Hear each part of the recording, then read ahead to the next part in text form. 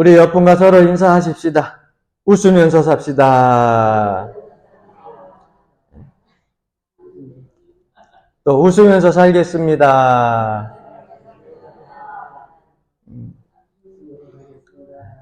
이 시간이 저는 제일 좋아요.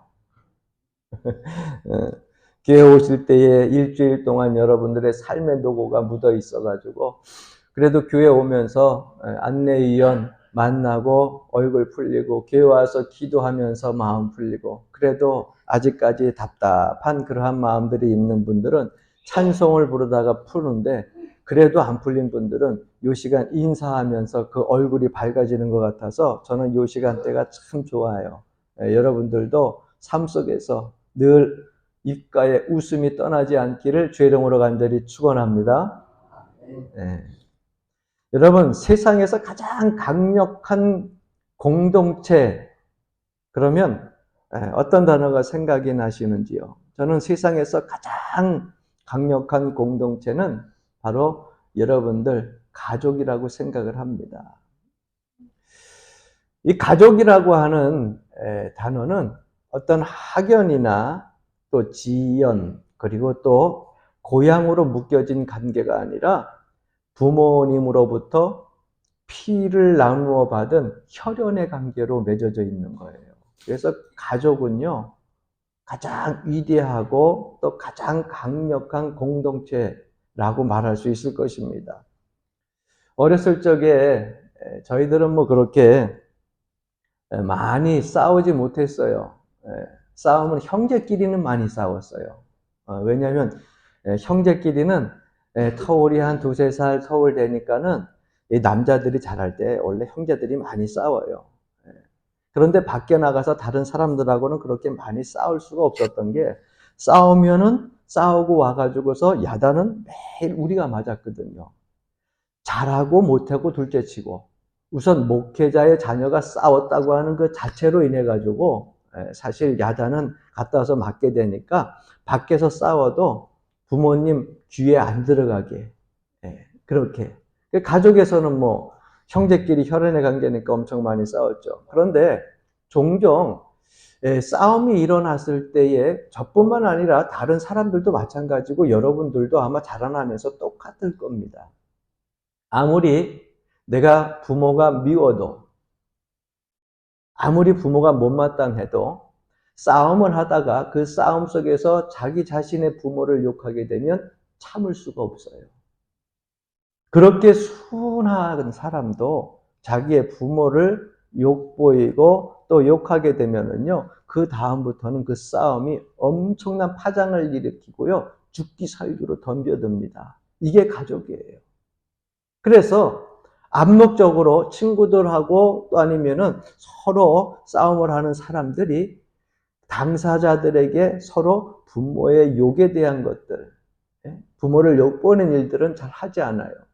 만약에 학교에서나 또 직장에서 부모의 욕을 보이는 그러한 싸움이 일어나게 된다고 하면 주변에 있는 사람들은 대부분 그 사람을 잠시 동안 왕따시킨다고 그러죠.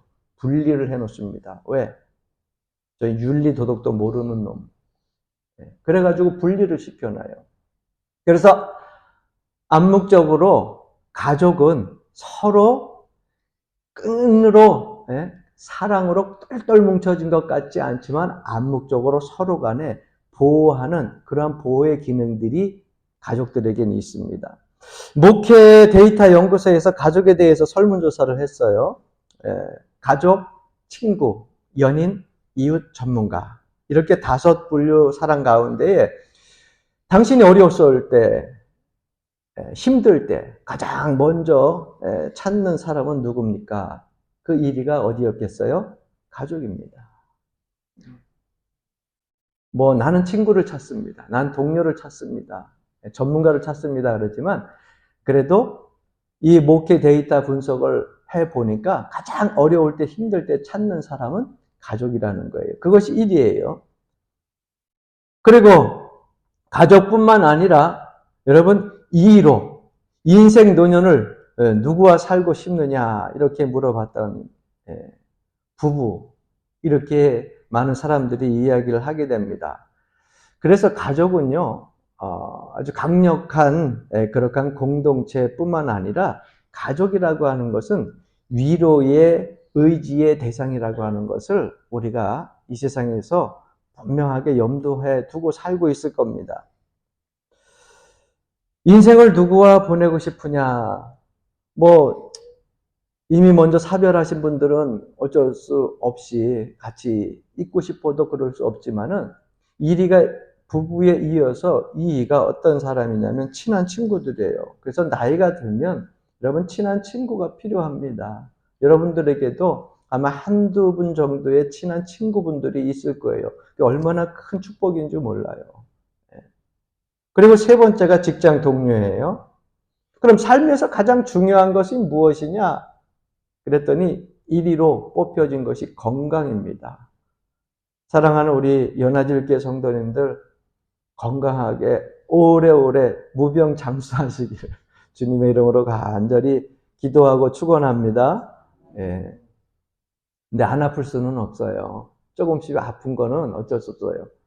허리도 아프고 다리도 아프고 조금씩 아픈 것들은 오래 쓴 기계는요 고장이 나게 돼 있어요.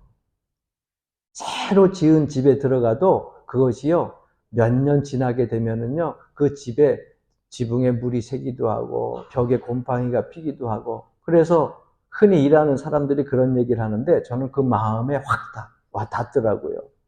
아 목사님 망가지면 고치면서 사는 거죠. 망가지면 고치면서 쓰는 거죠. 그런데요 그 말이요 제가 아직까지도 종종 가끔 가다가 그래 망가지면 고치면서 쓰는 거고 고치면서 사는 거지 집도 오래되면 새잖아요. 예? 자동차도 오래되면 어떻게 돼요? 망가지니까 고치면서 계속 타고 다니잖아요. 그러니까 마찬가지입니다. 마찬가지예요. 우리 육신이 오래됐잖아요. 예? 오래됐으니까 여기저기 오래 쓴 거 되면 고장이 나는데 고장이 나면 고치면서 살면 돼요. 할렐루야.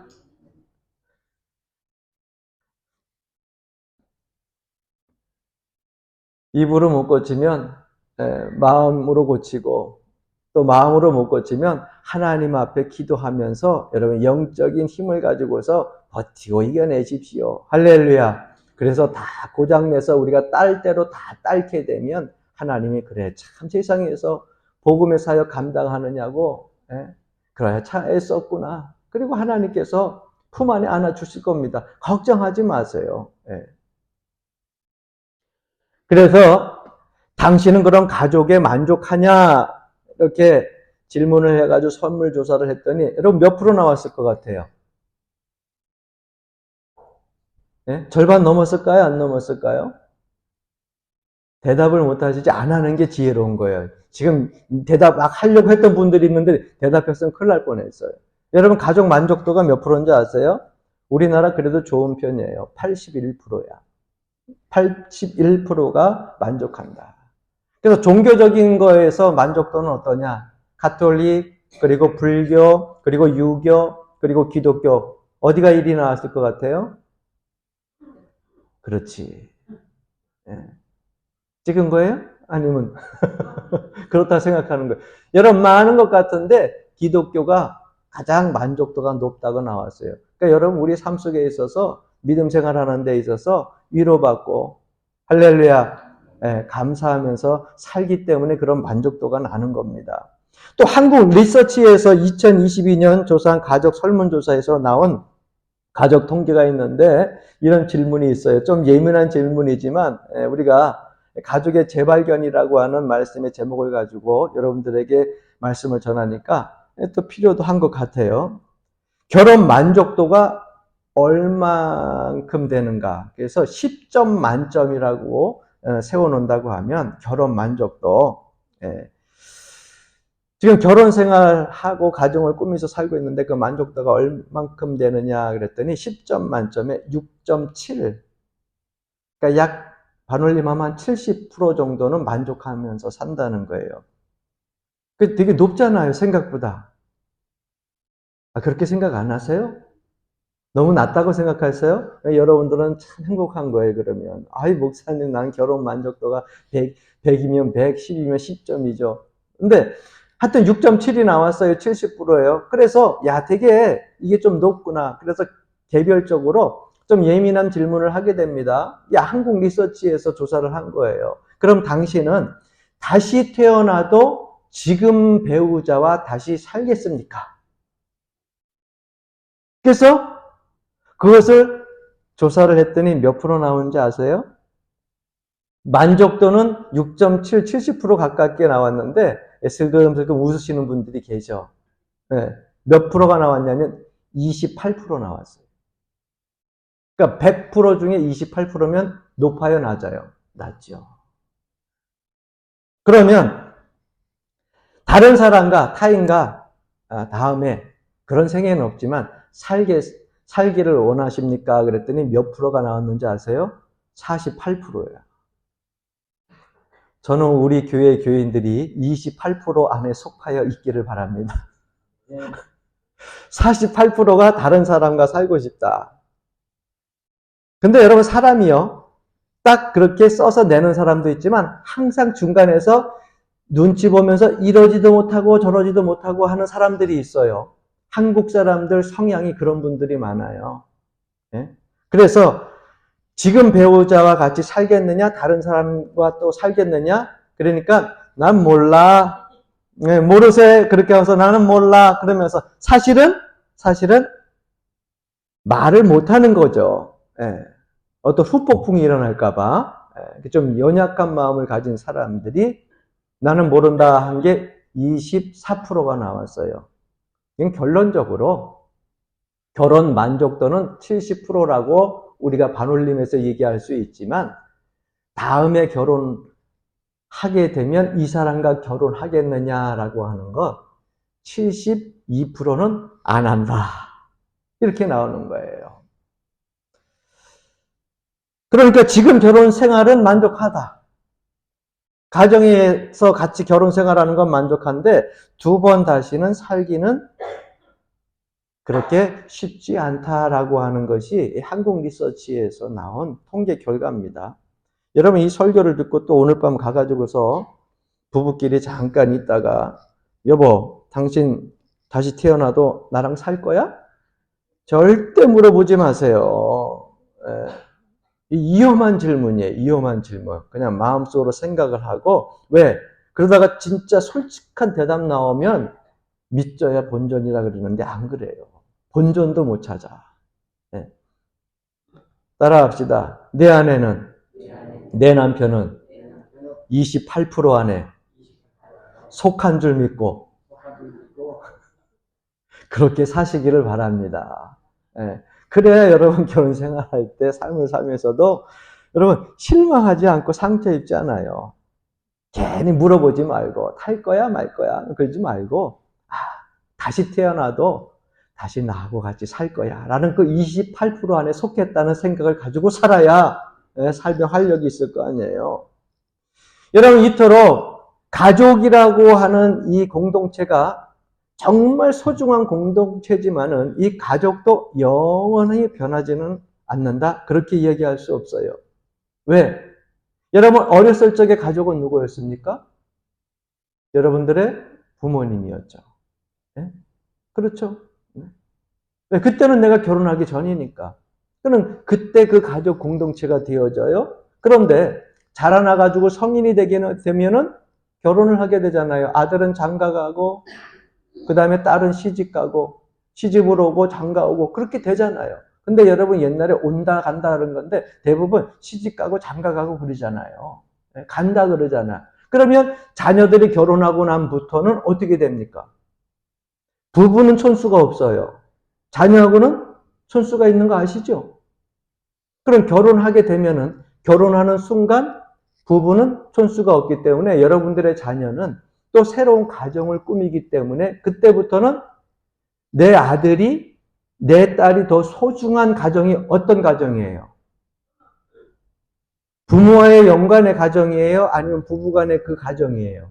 그 부부간의 가정으로. 그래서 부모들이 결혼을 하게 되면은 자녀들을 손에서 놔야 돼요.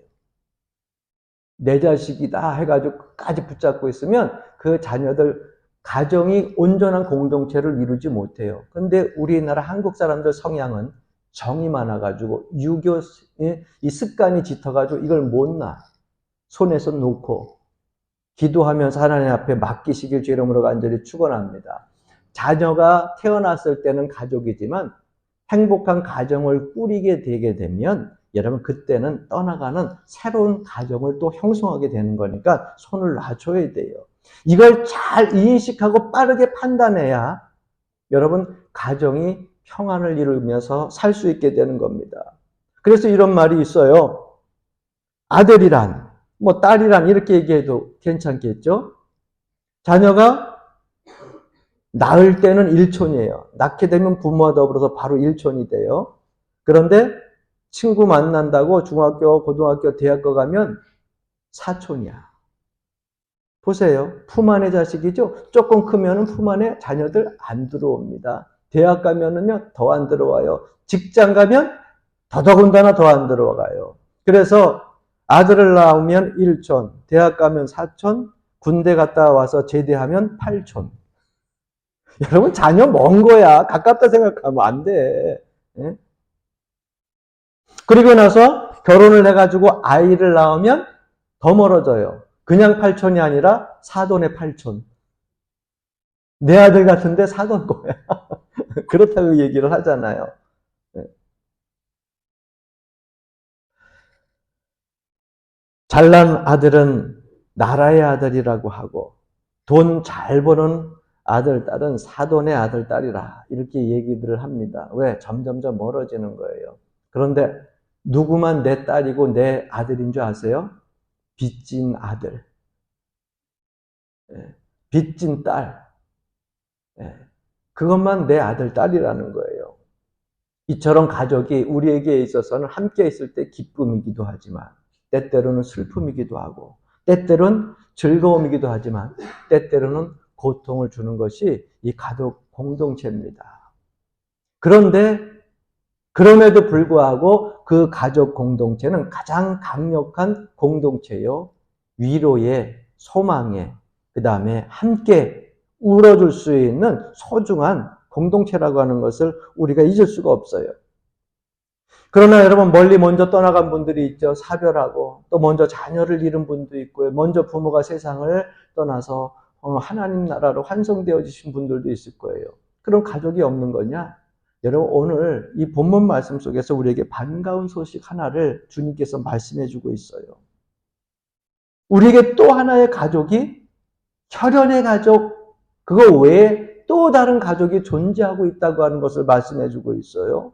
저는 그래서 오늘 여러분 이 시간에 여러분들이 말씀을 듣고 하나님 음성 속에서 소중한 가족의 재발견을 하고 돌아갈 수 있기를 주의 이름으로 간절히 축원합니다. 그러기 위해서 옆분과 다시 한번 우리가 인사해야 될 것 같아요. 옆에 이렇게 앞뒤로 보시면서 당신이 내 가족입니다. 말로만 그러지 마시고 여러분 주변에 앉은 여러분들이 바로 서로 가족이에요. 이 앞에 서 있는 이 목사가 여러분의 가족이고 제 앞에 함께 예배하는 우리 귀한 사랑스러운 성도님들이 제 가족이라고 하는 거예요. 왜? 예수님께서 오늘 본문에서 그렇게 말씀하고 있거든요.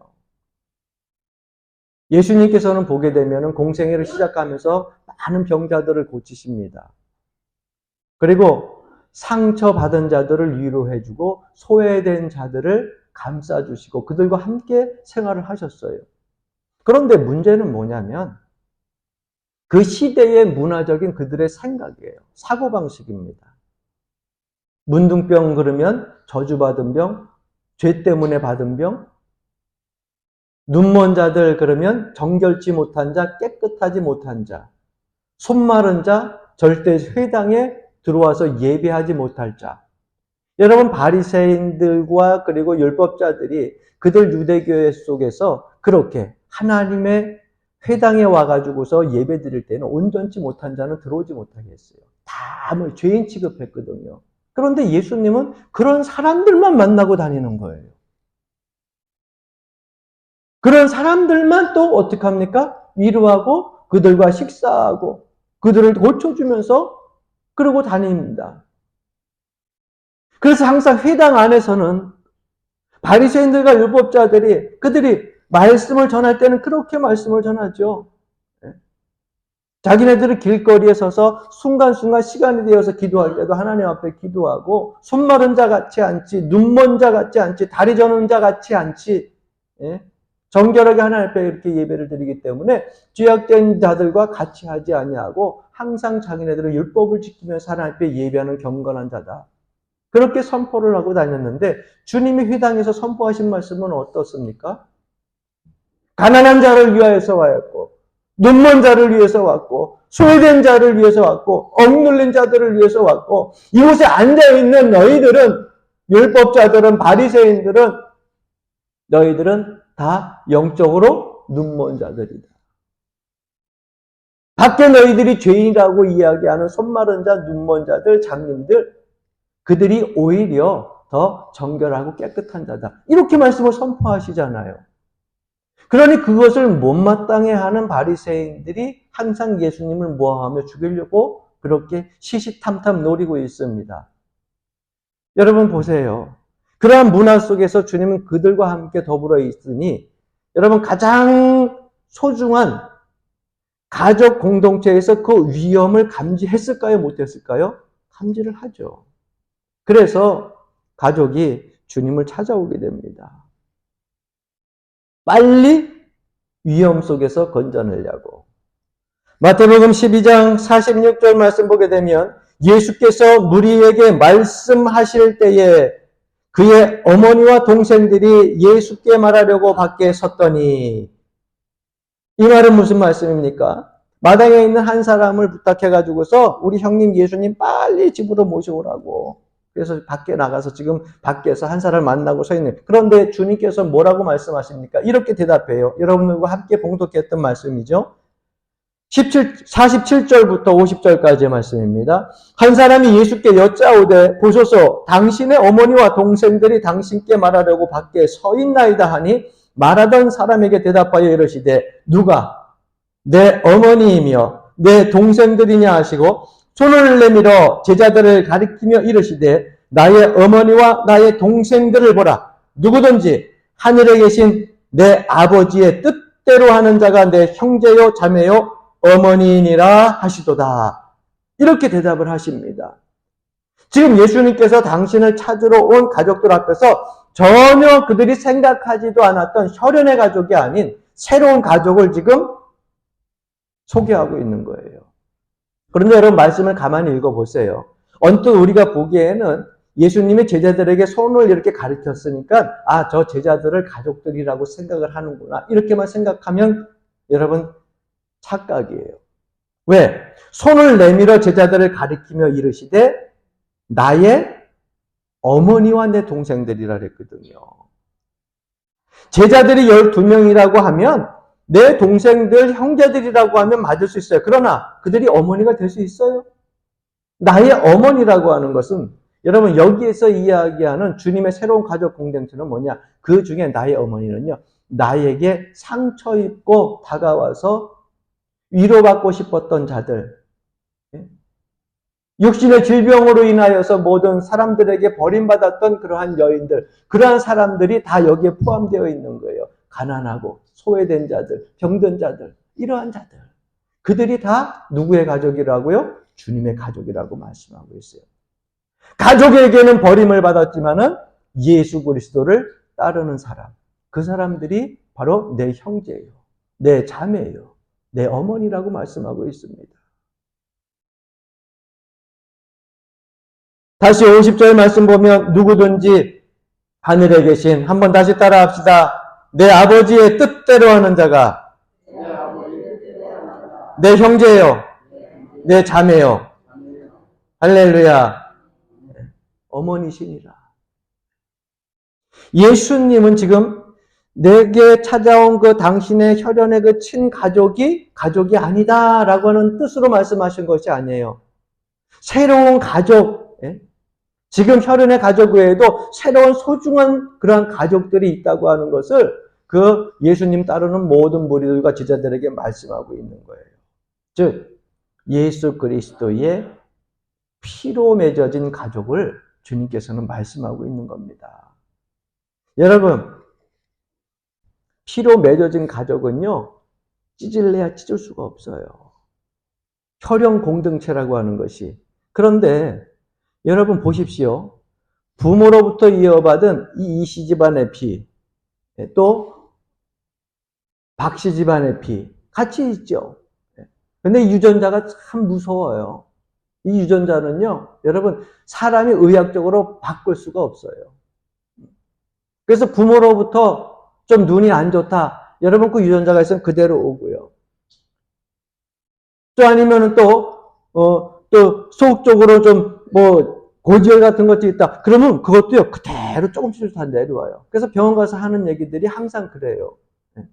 이거는 앞으로 내 자녀들도 똑같이 손자, 손녀 내려가도 똑같을 것이다. 그거는 본인의 잘못이 아니다. 이게 유전자거든요. 그러니까 혈연의 공동체가 얼마나 그 대단한 겁니까? 그런데 우리는 흔히 혈연의 공동체 하면은 지금으로부터 부모, 지금으로부터 자녀, 사촌 이런 것만 생각을 해요. 여러분들의 생명을 살리기 위해서 피로 여러분들에게 내어주신 분이 있어요. 바로 십자가에 달려 돌아가신 예수 그리스도.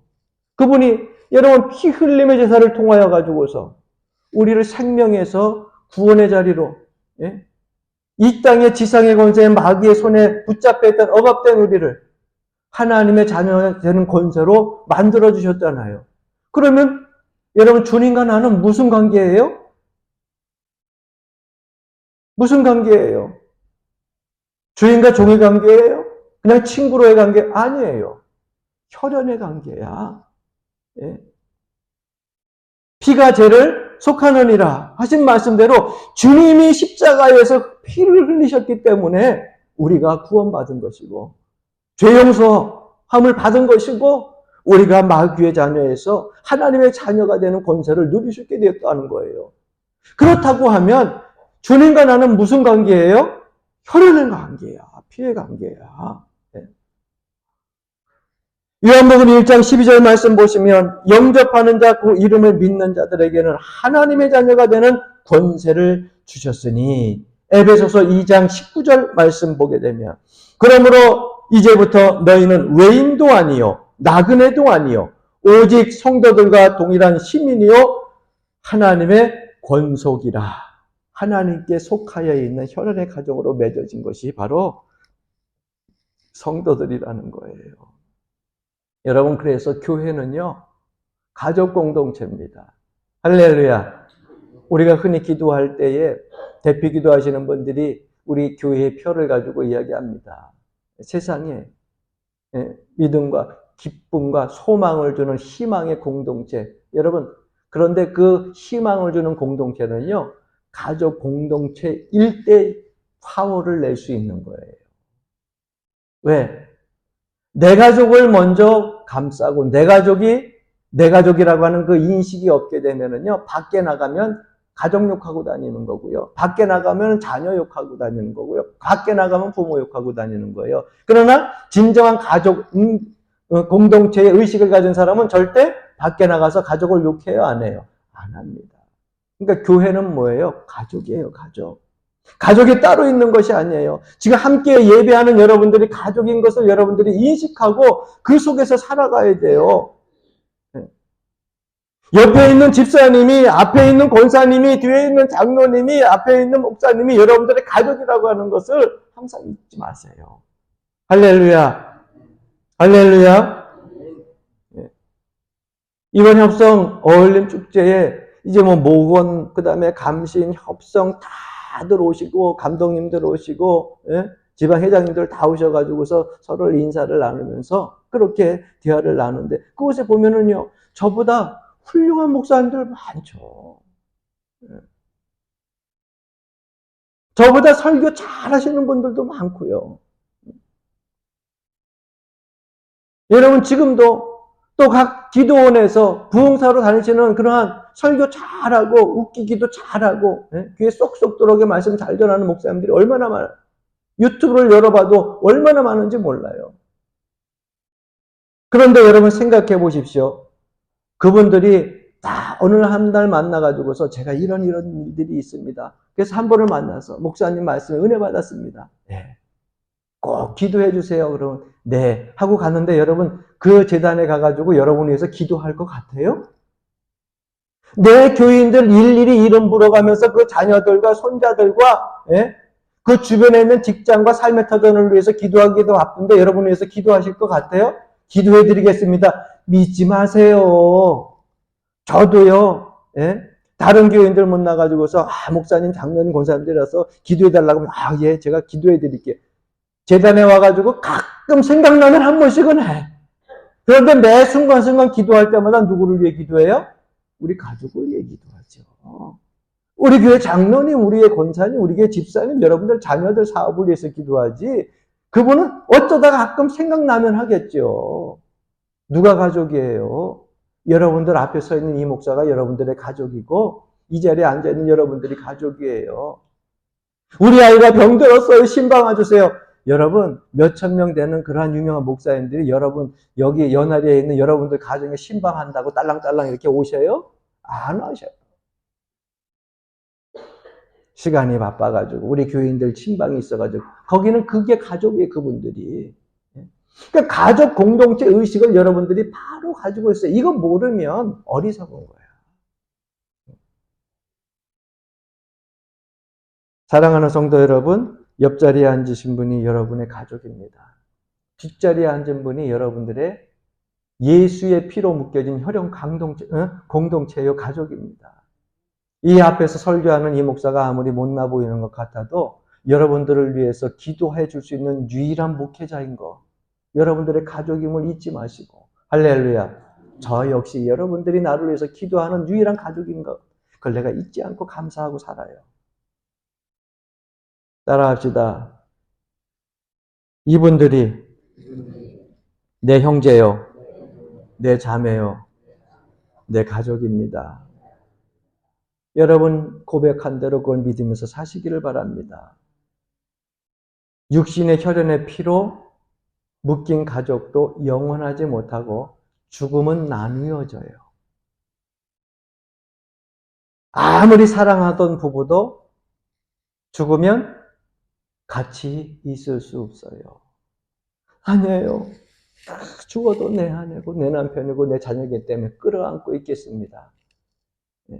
아무리 끌어안고 있어도요. 며칠 지나게 되면 그 시체에서는 썩은 내가 나서 같이 있을 수가 없어요. 그러나 여러분 예수 피로 한 가족이 된 저와 여러분들은 죽어도 물론 그럴 리는 없겠지만 보기 싫어도 미워도 끝까지 같이 영원토록 같이 가야 돼. 왜? 난 죽으면 천국 가거든요. 여러분 어디 가세요? 네? 나 보기 싫어? 지옥 갈 거야? 천국 간다니까. 천국 가서 그곳에서 죽어도 영원토록 맺어진 관계가 저와 여러분들 예수의 피로 맺어진 가족 공동체예요. 죽음도 끊어놓을 수 없는 영적인 가족임을 여러분들이 아셔야 됩니다. 저는 오늘 우리가 진짜 영적 가족임을 확인하는 시간이 되었으면 합니다. 이 말씀을 통하여서 여러분들이 이제 오늘 이후로 살아갈 때 서로 격려하고 사랑하고 서로 얼굴을 익히고 연합제일교회 가문의 한 가족으로 묶어주신 그 하나님의 놀랍고 기막힌 섭리를 매 순간 깨달으면서 살아가는 귀한 성도들 되길 주의 이름으로 간절히 축원합니다. 아멘.